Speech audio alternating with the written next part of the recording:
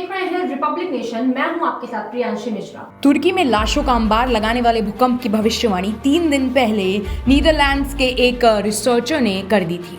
इस Dutch researcher Frank हुगर beats ने अब भारत सहित अफगानिस्तान और पाकिस्तान के आसपास भूकंप के बड़े झटके लगने का अनुमान लगाया है।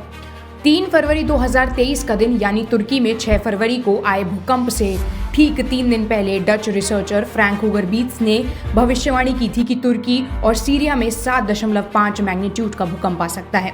उस समय लोगों ने उनकी बातों को गंभीरता से नहीं लिया था, लेकिन जब 3 दिन बाद ही तुर्की और सीरिया में भयंकर भूकंप आया तो लोगों को अचानक ही फ्रैंक हुगर बीट्स की याद आ गई।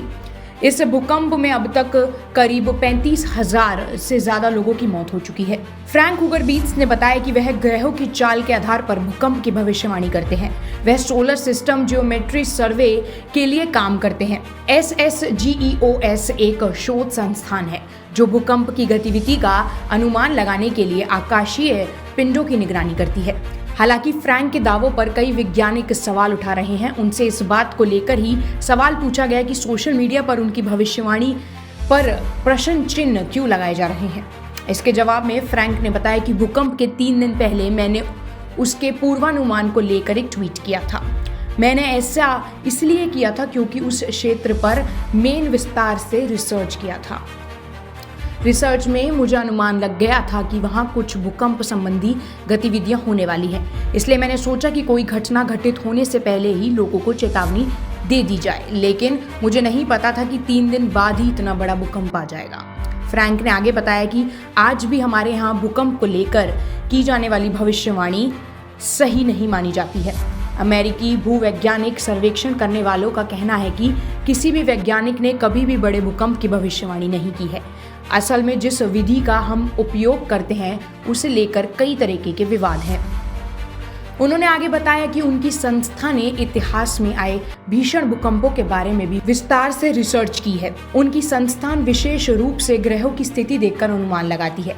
इतिहास में आए बड़े भूकंपों का अध्ययन इसलिए किया जाता है कि हम एक पैटर्न ढूंढकर भविष्य में आने वाले बड़े भूकंपों का अनुमान लगा सकें। मध्य धारा के वैज्ञानिकों ने आमतौर पर ग्रहों को देखने से इनकार कर दिया है, क्योंकि आम सहमति है कि ग्रहों का कोई प्रभाव नहीं पड़ता, इसलिए ग्रहों को देखने की जरूरत ही नहीं पड़ती। लेकिन हमारी रिसर्च से पता चलता है कि ग्रहों का असल में काफी ज्यादा प्रभाव पड़ता है। उन्होंने आगे कहा कि 7.5 की तीव्रता के भूकंप का अनुमान इसलिए लगा पाए थे क्योंकि उन्होंने ऐतिहासिक भूकंपों की गतिविधियों पर रिसर्च किया था। फ्रैंक ने अब अफगानिस्तान, पाकिस्तान और भारत के साथ हिंद महासागर क्षेत्र पर एक बड़े भूकंप की भविष्यवाणी की है। हालांकि उन्होंने स्पष्ट किया है कि भविष्यवाणी को लेकर अभी थोड़ा भ्रम है, क्योंकि अभी यह स्पष्ट नहीं है कि अफगानिस्तान से भूकंप शुरू होकर हिंद महासागर तक जाएगा। हालांकि हो सकता है कि ये भूकंप 2001 की तरह भारत पर अपना असर डाले, लेकिन कोई निश्चितता नहीं है। फ्रैंक का कहना है कि भूकंप की भविष्यवाणी से संबंधित यह तकनीक दूसरे देशों के साथ साझा करना एक चुनौती है। वर्तमान में उनके पास तकनीक का विस्तार करने का साधन नहीं है।